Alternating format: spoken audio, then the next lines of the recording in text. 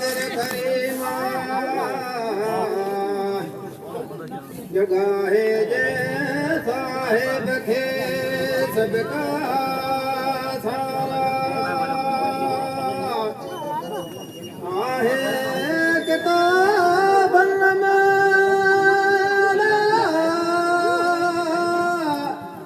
हिय सजी हदीस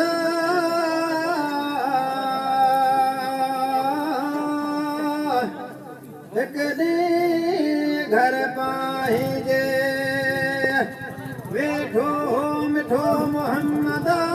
तां भेड़ अरबिया